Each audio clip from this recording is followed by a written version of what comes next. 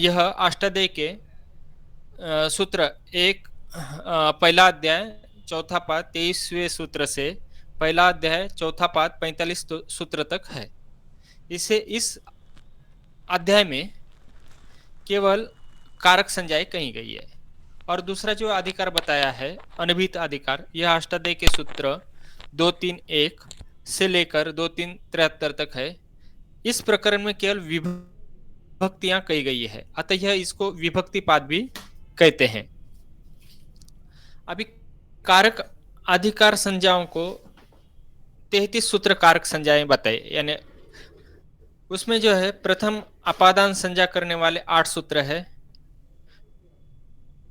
संप्रदान संज्ञा करने वाले 10 सूत्र है, उसके बाद जो है करण संज्ञा करने वाले 3 सूत्र है, अधिकरण संज्ञा करने वाले 1 सूत्र है और कर्म संज्ञा करने वाले ये 8 सूत्र है और कर्ता संज्ञा करने वाले ये 2 सूत्र है। इसको मैं अभी सूत्रों को न बताते हुए जो है सीधा उन सूत्रों के बारे में बताऊं। 3 सूत्र, हाँ, यहाँ 33 सूत्रों के संज्ञाधिकार में अपादान, संप्रदान, करण, अधिकरण, कर्म, कर्ता, इस क्रम से 6 कारक संज्ञाएं कही गई है। इनमें पहली संज्ञा अपादान इसलिए कही गई है कि सारी पर संज्ञाएं अपादान संज्ञा को बांध सके, क्योंकि क्या है, अपादानम उत्तरानि कारकानि बाध्यन्ते। एक स्थान पर एक साथ 2 संज्ञाएं प्राप्त होने पर विप्रतिषेधे परम कार्यम सूत्र से पर संज्ञा पूर्व संज्ञा को बांधेगी। जैसे धनुषा विद्यति, धनुष से बेचता है, यहाँ धनुष की अपादान और करण संज्ञा दोनों संज्ञाएं प्राप्त है, अतः यहाँ अपादान को बात कर करण संज्ञा ही होती है।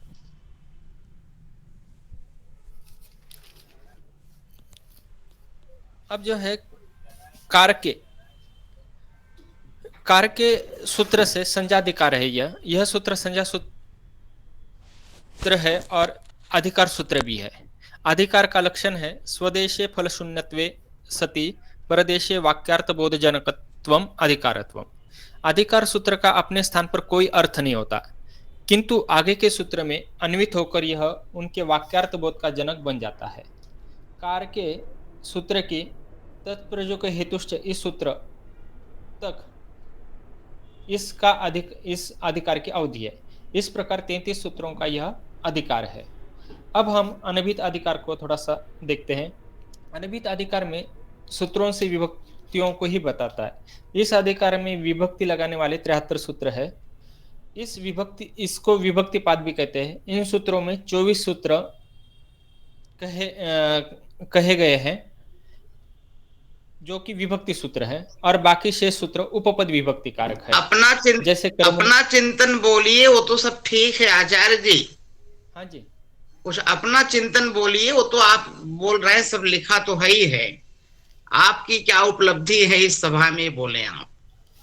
हाँ, तो यहाँ पर जो है अभी मेरा चिंतन कि भाई हमें कारक और विभक्ति प्रकरण जो है, यानी हमें जो है वाक्य बनाने के लिए जो है कारक और विभक्तियों का ज्ञान होना परम आवश्यक है। और जब तक हमें कारक और विभक्तियों का ज्ञान नहीं होगा तब हम जो है वाक्यों को अच्छे से नहीं बोल सकते हैं। जहाँ विभक्ति नहीं वहां पर जैसे मधु पश्यति, हाँ, यहाँ मधु तो में विभक्ति नहीं है।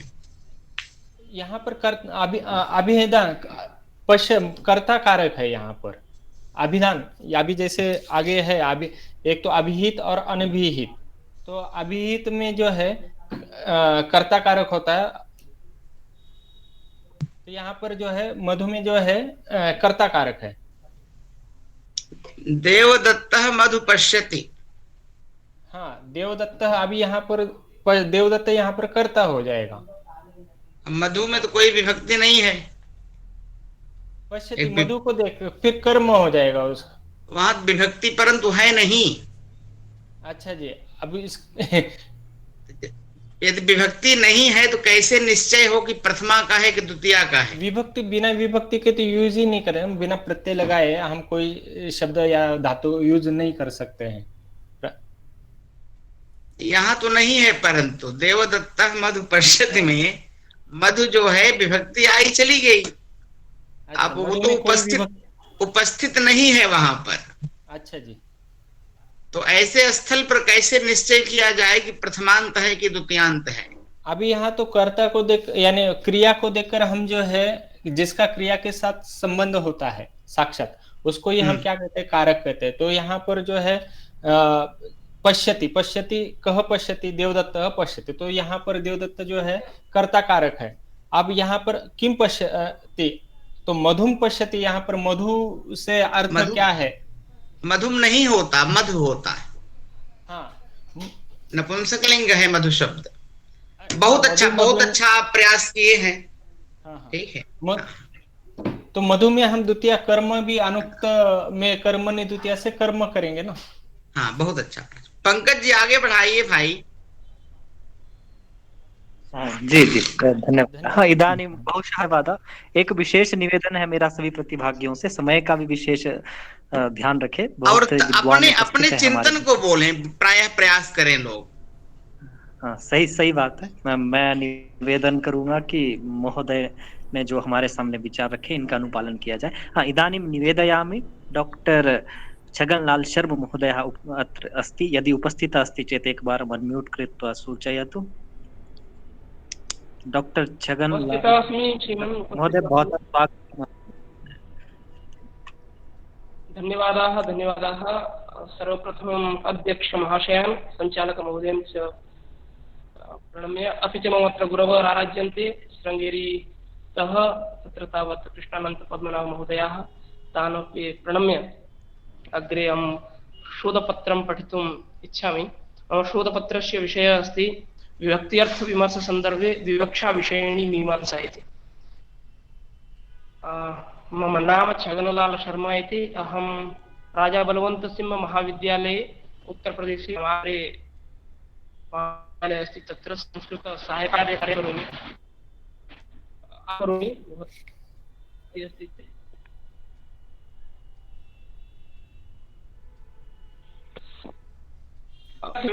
ध्वनि नागच्छति। आप सम्राट जी, आप म्यूट करिए। अधुना समायाति वा ध्वनिः? गच्छति। हरि ओम्। सत्यम्। आमां हाँ, श्रूयते। वदन्तु वदन्तु। धन्यवादाः उच्यताम्। धन्यवादाः। अहम् अत्र विराजमानान् अध्यक्षमहाशयान् एवं च सञ्चालकमहोदयम्, अपि च अत्र ये विदुषः सन्ति, मम गुरुवर्याः श्रीमन्तः कृष्णानन्तपद्मनाभमहोदयाः, एवं च अन्ये च आचार्याः, विद्वांसः, वैयाकरणाः सन्ति, तान् सर्वान् प्रणम्य विभक्त्यर्थविमर्शसन्दर्भे विवक्षाविषयिणी मीमांसा शोधपत्रमपि पठिष्यामि। अत्र समयस्य सीमा निमेषेषु पठनीयमस्ति। अतः अहम् एवं च चिन्तव्यम्। ततः नेटवर्क समस्या अस्ति, ध्वनिः नागच्छति भवताम्। स्वकीयं चिन्तनं महोदय, सारांशं प्रस्तौतु तावत्। व्याकरणशास्त्रे केवलं गुरुभ्यः यत् लब्धम् अस्ति तद् सारांशं वदामि। अधुना ध्वनिः आगच्छति वा? अद्य कर्तनं जायमानमस्ति, तत्र सम्पर्कसमस्या अस्ति, नेट्वर्क् समस्या अस्ति।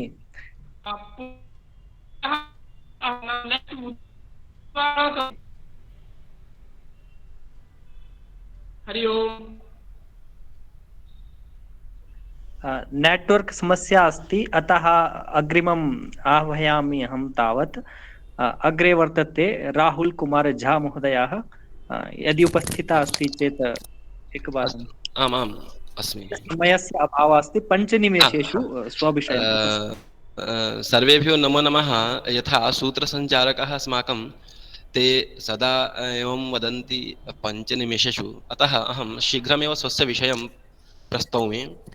मम विषयः भवति व्याकरणशास्त्रे दार्शनिकतत्त्वं। मूलतः अहं वैदिकः, तथापि अत्र प्रयत्नं करोमि। व्याकरणशास्त्रे प्रवर्तमानानां दर्शनस्वरूपं तेषां प्रचलनस्य आरम्भसीमा न प्राप्यते, परन्तु एतस्याः परिपाटेः प्रचलनं शास्त्रे दरीदृश्यते।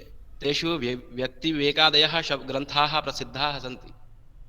पुनः अस्माकं वाक्पदीयकारः भर्तृहरिः कथयति अर्थप्रवृत्तितत्त्वानां शब्दा एव निबन्धनं तत्त्वावबोधः शब्दानां नास्ति व्याकरणादृते इति। भाषायां प्रयुज्यमानानां शब्दानां साधुत्वासाधुत्वं विविच्य वेदानां रक्षणं व्याकरणस्य परमं लक्ष्यम्। उक्तमेव हरिणा शब्दार्थसम्बन्धनिमित्ततत्त्वं वाच्या विशेषोऽपि न साध्वसाधून् साधुप्रयोगाननुमितांश्च शिष्टान् न वेद यो व्याकरणं न वेद इति।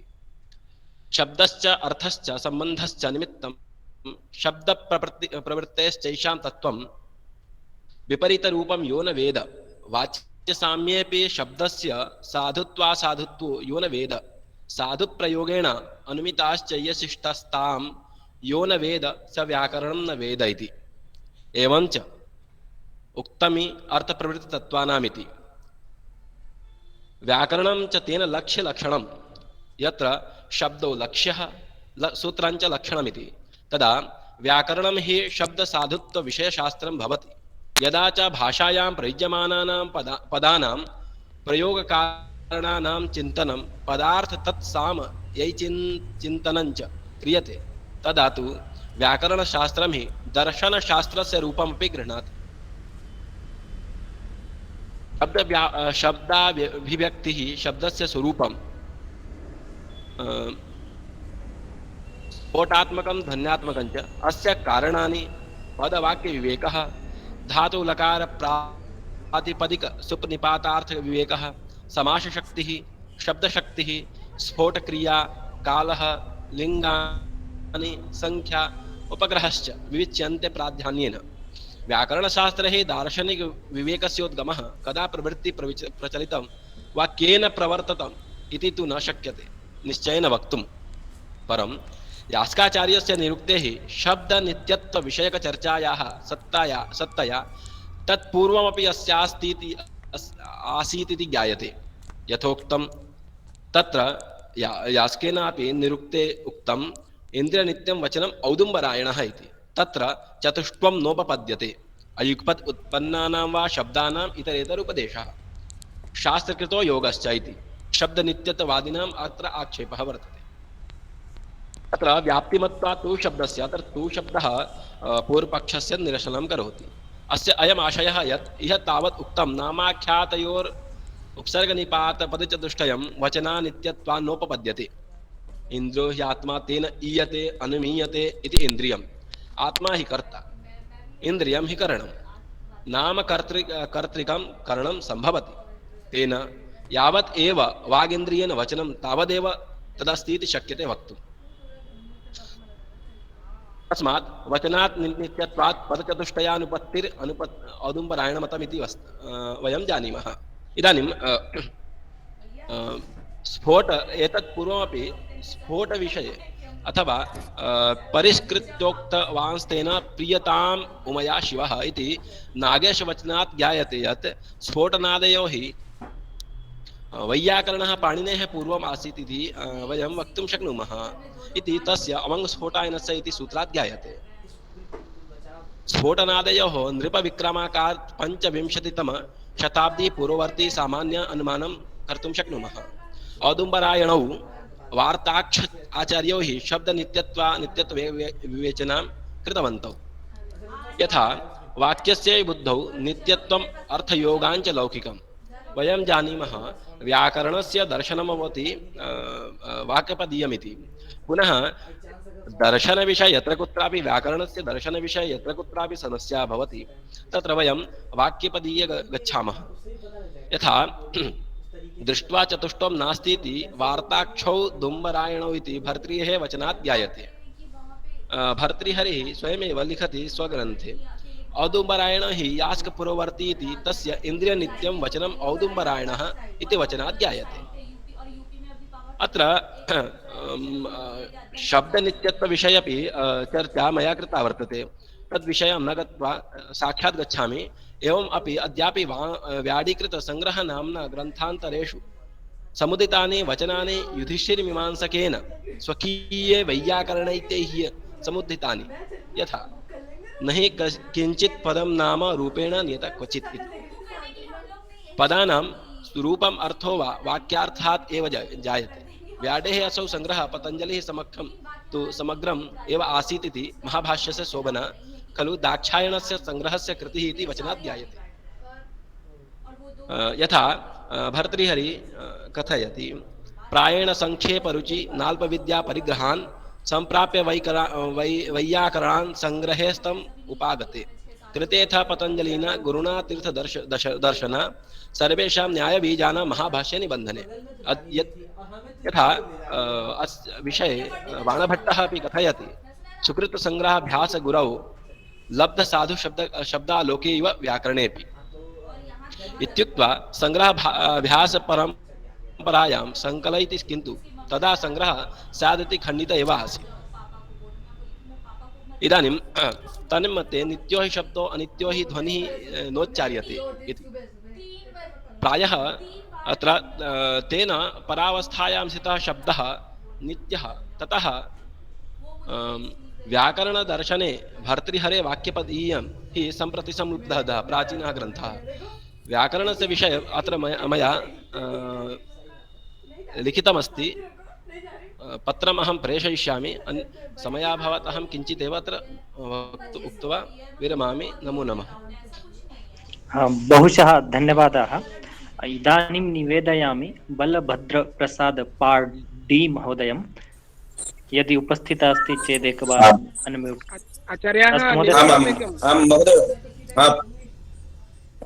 महोदय प्रणम। मध्ये मम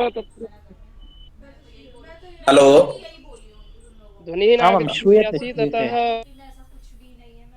अहं बलभद्रप्रसाद पार्डी।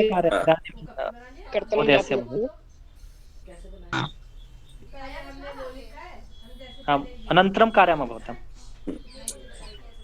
इदानीं बलभद्र ज्ञानानन्दमयं देवं आम् श्रूयते। ज्ञानानन्दमयं देवं निर्मलं स्फटिका परमसम्माननीयाः सत्राध्यक्षरूपेण विराजमानः परमपूज्या गुरवः प्रोफेसर झा महाभागः, अनन्तरं संचालक महाभागः, अन्य सर्वेपि व्याकरणसुधा पिपासवः आचार्याः, सर्वेपि प्रतिभागिनः भ्रातरः, तथा अद्य विभक्त्यर्थ विमर्श इति विषयम् आधारीकृत्य मम प्रस्तुत विषय अस्ति सुविभक्त्यर्थ विमर्श इति। वस्तुतः चत्वारि शृङ्गत्रयोस्य पाद इति मन्त्रेऽस्मिन् सप्तहस्तासु अस्य इति मन्त्रभागे उल्लेखितं यत् अस्ति तत्तु भाष्यकारेण अर्थः निरूप्यते यत् सप्तविभक्तयः इति। सुबन्तपदत्वेन वाङ्मये प्रथमा द्वितीयादि भेदेन इति सर्वविदिताः भवन्ति। वस्तुतः विभक्ति इत्युक्ते अस्य साधारण अर्थः अस्ति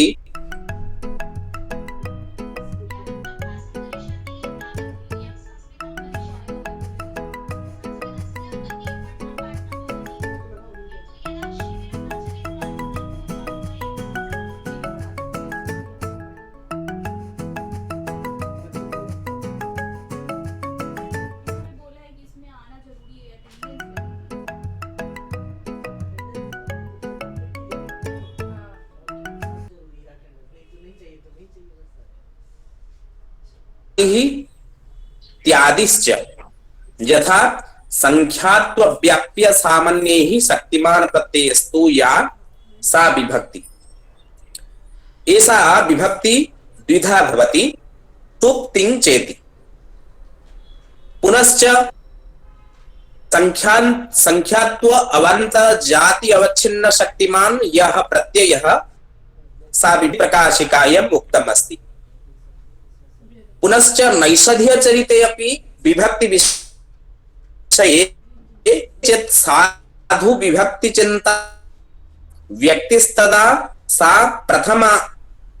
प्रथमाभिधेया या सौजसां साधयितुं विलासैस्तावत् क्षमा नाम पदं बहु स्यात् इति एवं प्रकारेण विभक्ते विषये अनेके मतानि सन्ति। परन्तु भगवता पाणिनिना विभक्तिश्च इति सूत्रस्य अर्थे एवं वदन्ति यत् सौजसादीनां दिवादीनां च विभक्ति संज्ञा इति निर्दिष्टा। तस्मिन् विषये सम्प्रति अहं तु मम विषय अस्ति सुविभक्ति अर्थ यः तस्मिन् विषये इदानीं शब्दशक्ति प्रकाशिकायां यत् किमपि उक्तम् अस्ति तदेव आलोच्यते मया। वस्तुतः सुविभक्ति अर्थ इति कः इति विषये शब्दशक्ति प्रकाशिकायां वदन्ति आचार्याः यः शब्दः स्वार्थे धर्मणि स्वप्रकृत्यर्थ विधेयक अन्वयबोधं प्रति समर्थः सा सुबादि विभक्ति इति उच्यते। यथा घटम इत्यादौ सुपाकर्मत्वं घटीयम् इत्यादौ इव पचति इत्यादौ कृति पाकीय इत्यादि उद्देश्य विधेय भावेन स्वार्थे प्रकृत्यर्थस्य धीः उत्पाद्यते न तु प्रत्ययान्तरेण तस्य प्रकृत्यर्थवच्छिन्न विषयता शालिनी एव शब्दे समर्थत्वात् न हि दाक्षी इत्यादितः अपत्यं दक्षस्य इत्यादि उद्देश्य विधेय भावेन कस्यापि बोधः भवति किन्तु दक्ष अपत्यादि अवच्छिन्ने धर्मिणि एव सुवर्थे एकत्वादेः बोधः भवति। वस्तुतः प्रथमादि सप्तविभक्तीनां तत्र अर्थः निरूप्यते यथा प्रथमा विभक्ति प्रथमापि अभेदादौ स्वार्थे प्रकृत्यर्थस्य विधेय भावेन धियं जनयति एव। यथा नीलो घटः इत्यादौ नीलादि अभेद रूपस्य अवान्तर वाक्यार्थस्य पूर्वम् अप्रतीतौ इति तादात्म्यं नीलीयम् इति बोधसत्त्वे नीलतादात्म्यवान् घट इति महावाक्यार्थबोधानुपपत्ति इति भावः।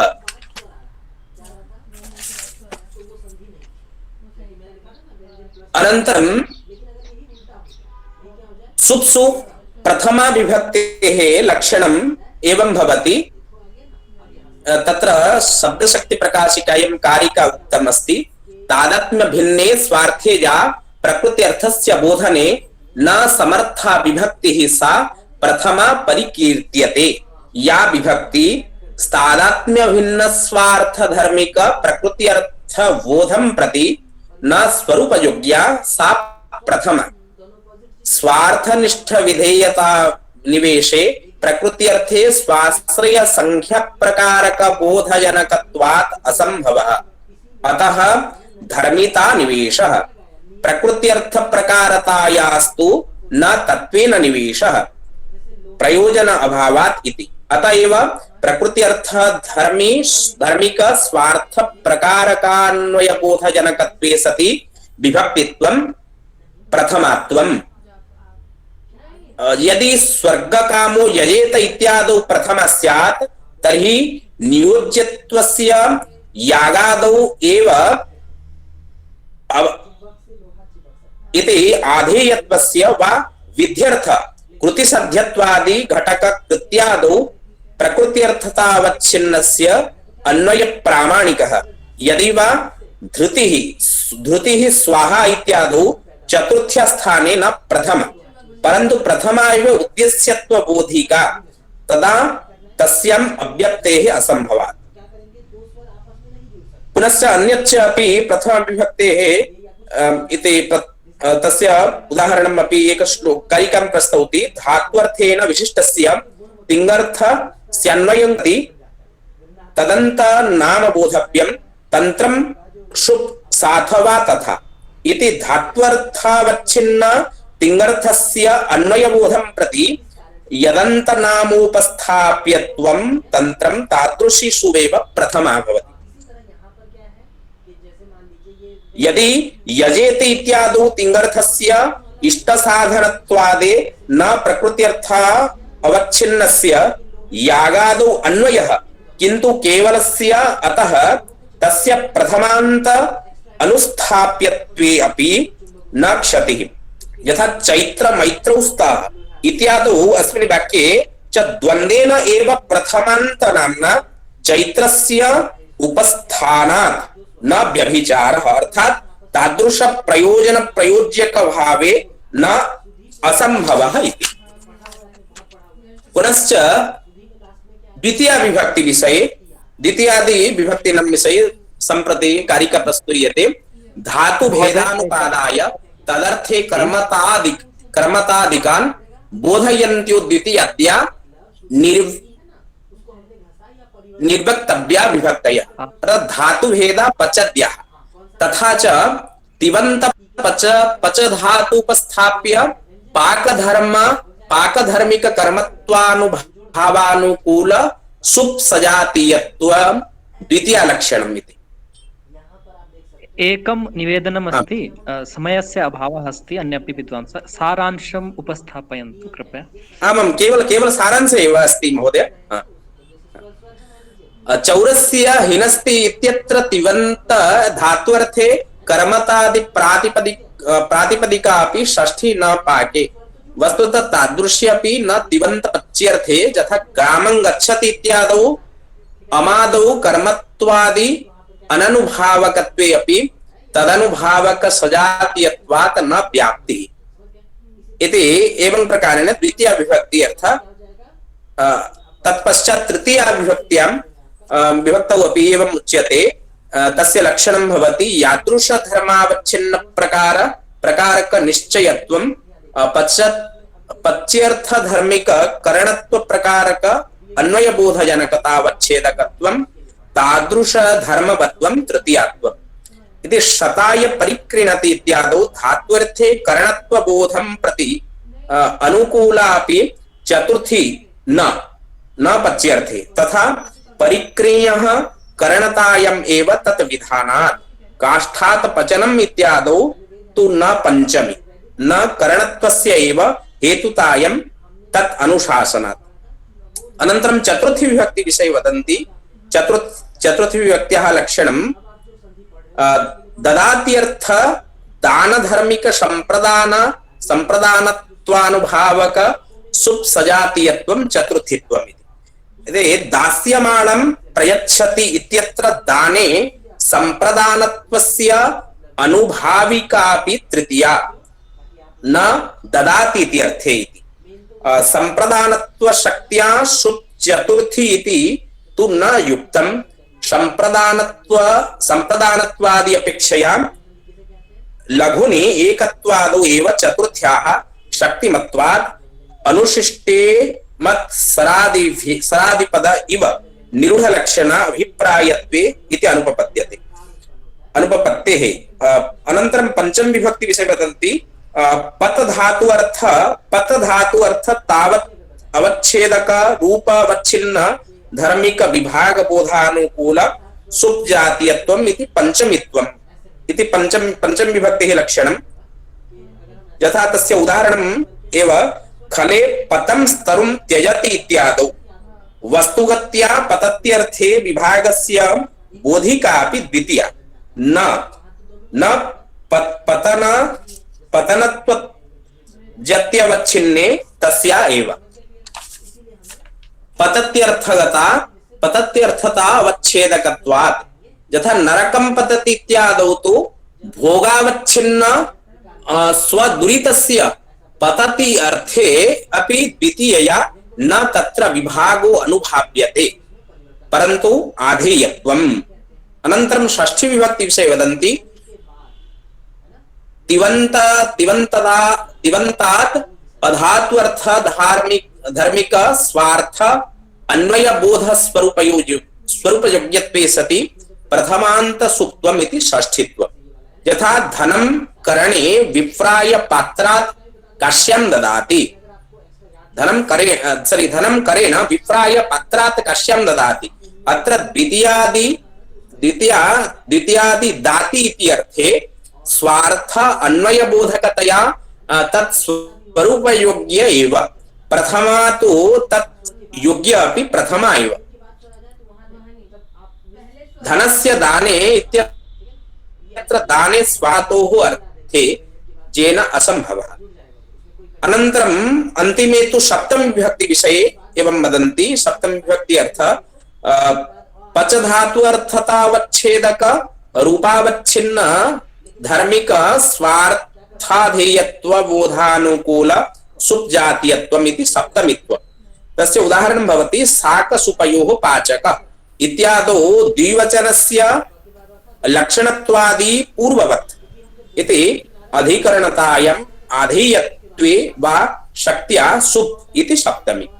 एवं प्रकारेण मया यथा ग्रन्थं यथा गुरुदेवानां समक्षम् अन्येषाम् आचार्याणां तथा व्याकरणानां तथा विदुषां समक्षं यथा किञ्चित् मया समुपस्थाप्यते। यदि किञ्चित् त्रुटिः काचित् त्रुटिः परिलक्ष्यते तर्हि क्षमा याचय इति विनिवेद्यते। धन्यवादः, बहुशः धन्यवादाः।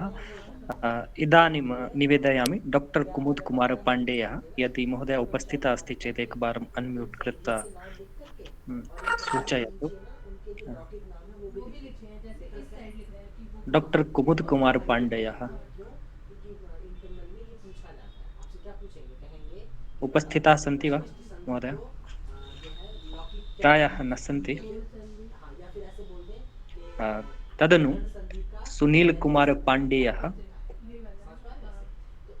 उपस्थितः अस्ति चेत् एकवारम् अन्म्यूट् कृत्वा सूचयतु। सुनील कुमार पाण्डेयः प्रायः नास्ति। अग्रे अस्ति शशि रंजन कुमारः, उपस्थितः अस्ति चेत् एकवारं सूचयतु अन्म्यूट् कृत्वा। प्रायः नास्ति। गणेश भट्टः। हरि ओं महोदय, अहम् उपस्थितः अस्मि। अस्तु, सारांशं पुनश्च 5 निमेषेषु यावत् शक्यते तावत्। अस्तु अस्तु अस्तु। सर्वेभ्यः नमस्काराः। अहं गणेशभट्टः अस्मि, शोधछात्रः। मम शोधपत्रिकायाः शीर्षकम् अस्ति श्रीमच्छङ्कराचार्यकृतब्रह्मसूत्रभाष्ये पाणिनिप्रभावः इति। तत्र तावत् ब्रह्मसूत्रे विशिष्टाः प्रयोगाः दृश्यन्ते। अध्यासभाष्यस्य प्रथमा पङ्क्तिः युष्मदस्मत्प्रत्ययगोचरयोः इत्यारभ्य कर्मभूयम् इति पदपर्यन्तं नैके विशिष्टप्रयोगाः लक्ष्यन्ते। मिथुनीकृत्य इत्यत्र विभिन्नप्रयोगः विद्यते एव। तद्वत् प्रथमाध्याये प्रथमपादे द्वितीयसूत्रे रिलक्षयिषितव्यम् इति प्रयोगः विद्यते। अयञ्च चुरादिगणपरिपठितः धातुः वर्तते। तस्मिन्नेव पादे नासाक्षिका इति प्रयोगः विद्यते पञ्चमे सूत्रे। अत्र च वार्तिकेन समासः भवति। द्वितीयाध्यायस्य प्रथमपादे च दिक्सङ्ख्यसंज्ञायाम् इति। अत्र च समासः कथं वर्तते इति ज्ञातव्यमेव अस्ति। तुल्यवत् पठ्यते इत्ययं प्रयोगः वर्तते तृतीयाध्याये 31तमे सूत्रे। एवम् अनेके प्रयोगाः लभ्यन्ते भगवत्पादानां भाष्ये। अत्र मम पत्रिकायां मुख्यांशाः सन्ति। ज्योतिषिभावाच्च इति ब्रह्मसूत्रं, तत्रत्य भम्भ्रमत् इति पदप्रयोगः, भावन्तु बादरायणोऽस्तिः इति सूत्रं, तत्रत्यं विशिष्टदैवत्यम् इति पदं, शुगस्य तदनादरश्रवणात् तदाद्रवणात् सूच्यते हि इति सूत्रं, तत्रत्य शूद्रपदं, न प्रयोजनवत्वात् इति सूत्रं, तत्रत्यम् उच्चावचम् इति पदं, तथा हानौ तु उपायनशब्दशेषात् कुशाच्छन्दस्तुत्युपगानवत् तदुक्तम् इति सूत्रं, तत्र धून्कम्पने इति स्मरणात् इति आचार्याणां प्रयोगः। अत्र उदाहरणद्वयं केवलम् अहं विवरणं कर्तुम् इच्छामि समयस्य अभावात्। प्रथमं तावत् ज्योतिषिभावाच्च इत्यस्मिन् सूत्रे आचार्यैः एवं लिखितमस्ति भाष्ये, यदिदं ज्योतिर्मण्डलं जुस्थानमहोरात्राभ्यां बम्भ्रमज्जगदवभासयति तस्मिन् आदित्यादयो देवतावचनाः शब्दाः प्रयुज्यन्ते इति। अत्र बम्भ्रमत् इति पदमस्ति। अस्य अयमर्थः पुनः पुनः अथवा पौनःपुन्येन इति। अस्य अतिशयेन भ्रमणं कुर्वत् इत्यस्मिन् अर्थे वर्तते। अत्र ज्योतिर्मण्डलम् इति नपुंसकलिङ्गे अस्ति इत्यतः बम्भ्रमत् इति नपुंसकलिङ्गमस्ति। अयञ्च धातुः वर्तते भ्वादिगणे तथा दिवादिगणे। भ्वादिगणे अस्य अयमर्थः चलनार्थकः, भ्रमुचलने इति धातुः, तस्य भ्रमति भ्रमतः इत्यादीनि रूपाणि भवन्ति। दिवादिगणे तावत् अनवस्थानार्थे भ्रम इति धातुः वर्तते।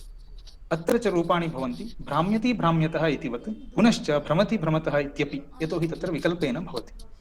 अस्य धातोः यङ्लुगन्तस्य कृते शतृप्रत्ययः आगत्य बम्भ्रमत् इति रूपसिद्धिः भवति। नुगतोऽनुनासिकान्तस्य इत्यस्मात् सूत्रात् विशेषेण अभ्यासदशायां नुगागमः भवति। अस्य सूत्रस्य अयमर्थः अनुनासिकान्तस्य अङ्गस्य यः अभ्यासः अदन्तस्य नुक् स्यात् नुकानुस्वारो लक्ष्यते इति। उदाहरणार्थं यं यम्यते इत्यादयः। तर्हि अत्र शतृप्रत्ययः कथं स्यात् इति प्रश्ने सति उच्यते, यद्यपि यङन्तस्य आत्मनेपदित्वं तथापि यङ्लुगन्तस्य परस्मैपदित्वम् इत्यतः शतृप्रत्ययः सिद्धं भवति। इत्थं बम्भ्रमत् इति पदस्य रूपसिद्धिः भवति। एतादृशप्रयोगः अस्ति ज्योतिषि भावाच्च इत्यस्मिन् सूत्रे शङ्कराचार्याणां भाष्ये। द्वितीयम् उदाहरणं दर्शयामि इदानीं। तत्र शुगस्य तदनादरश्रवणात् तदाद्रवणात् सूच्यते हि इति सूत्रम्। अत्र भाष्यपङ्क्तिः एवं वर्तते, कथं पुनः शूद्रशब्देन शुगुत्पन्ना सूच्यते इति उच्यते, तदाद्रवणात् शुचमभिदुद्राव शुचा वा अभिदुद्रुवे शुचा वा रैक्वमभिदुद्राव इति शूद्रः इति भाष्यवचनं वर्तते।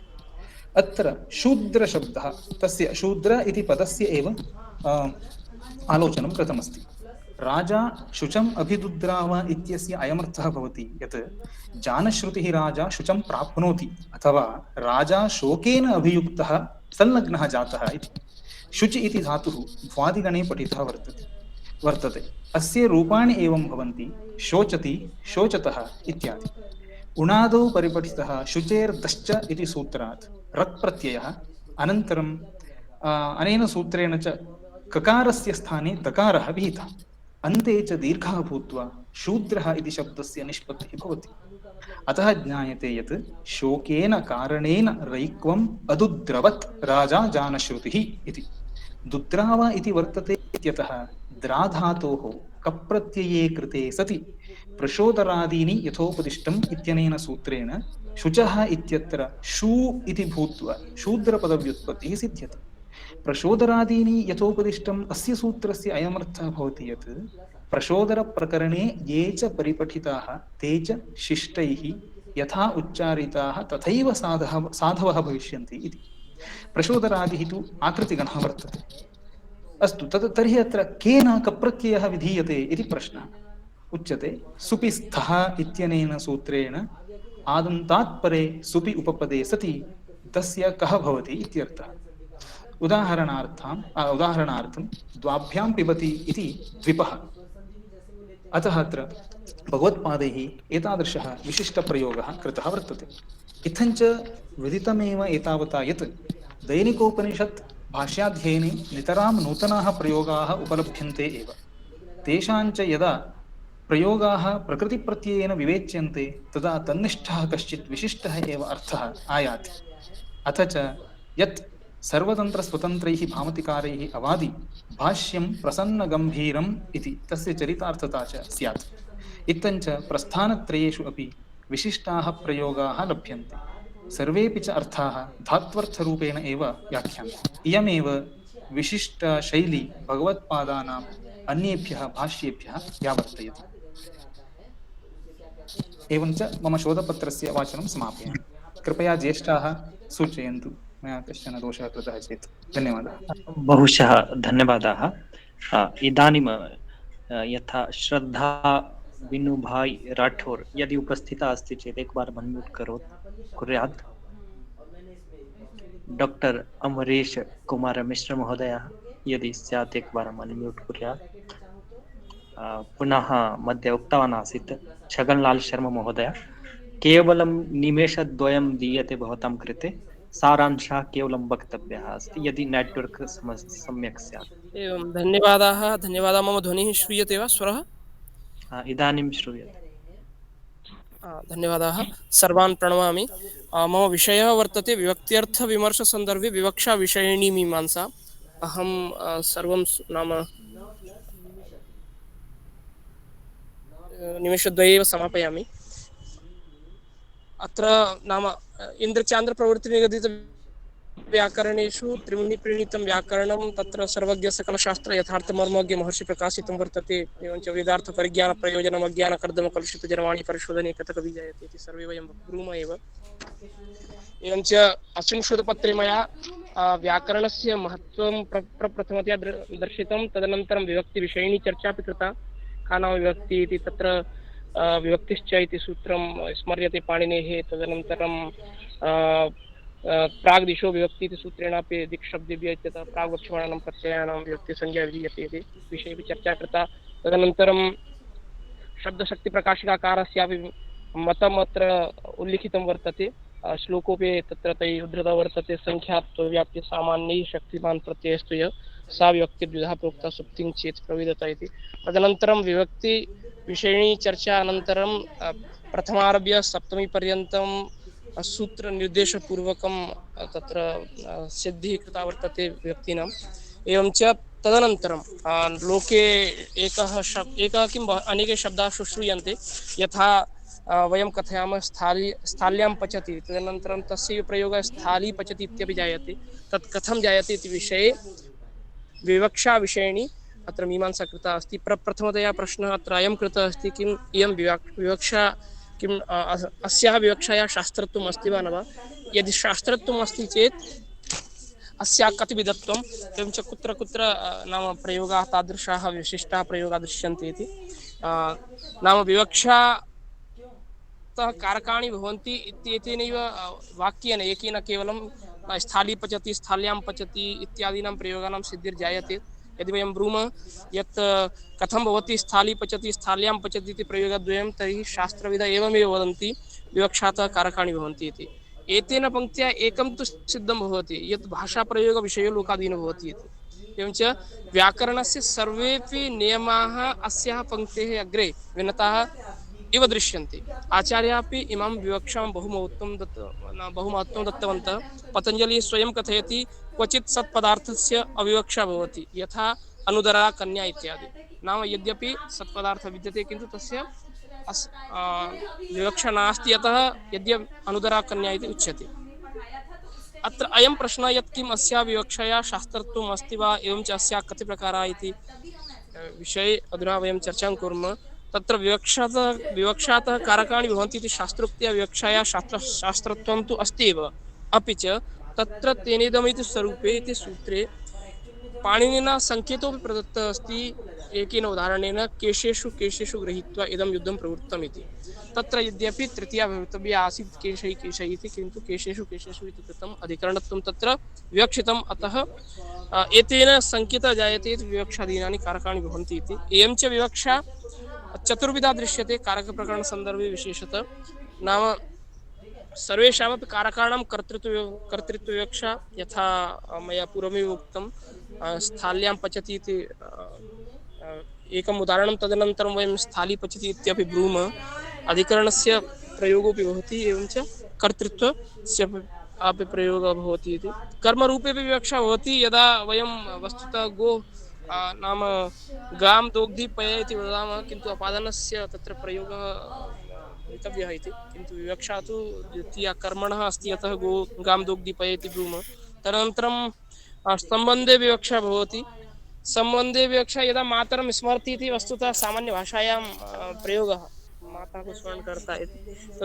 किन्तु तस्य प्रयोगस्तु कर्मणः विवक्षायां भवति, मातु स्मरति इति। एवं च सर्वेषां कारकाणां व्यत्ययविवक्षा भवति। कदाचित् एते उपर्युक्ताः अपि न भवन्ति। यथा स्कन्देन भारं भवति इति वयं ब्रूमः, वस्तुतः स्कन्धे भारं वहति, अधिकरणत्वं तस्य भवितव्यं, किन्तु प्रायः सर्वत्र लोके स्कन्देन भारं भवति इत्येवं रीत्या मया अन्येपि प्रयोगाः दर्शिताः सन्ति। कुमारसम्भवस्य किरातार्जुनीयस्य च कृत्वा अन्ते यद्यपि सत्यं लोकविरुद्धं नाचरणीयम् इति सूक्त्या कारकात् विवक्षातः कारकाणि भवन्ति इति नियमस्य सिद्धिर्भवति इति सिद्धं कृतं वर्तते। एवं रीत्या मम पत्रपठनं समाप्तं। धन्यवादः। बहुशः धन्यवादाः। अस्मासु सत्राध्यक्षरूपेण पूर्णतया स्थितवन्तः महन्तः व्याकरण तस्य व्याकरणशास्त्रस्य विद्वांसः न भवन्ति आचार्याः सम्प्रति निवेदयन्ते अस्माकं मार्गदर्शनाय आशीर्वादप्रदानाय च मान्यः प्रोफेसर् धनीन्द्रकुमाराचार्याः। हेलो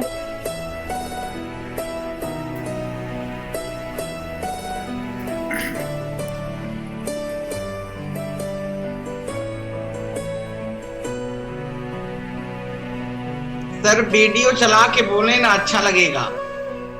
सर, संचालक मेरा तो- महोदयः इदानीं मदीया ध्वनिः आमां श्रूयते श्रूयते वा महोदय। इदानीं? श्रूयते महोदय। हेलो सर, बीच में मैं बोलने के लिए माफी चाहती हूँ, लेकिन मैं राठौड़ शारदा, मेरा वो भी पढ़ना बाकी रह गया है सर। काचिद् प्रतिभागिनी आगता वा?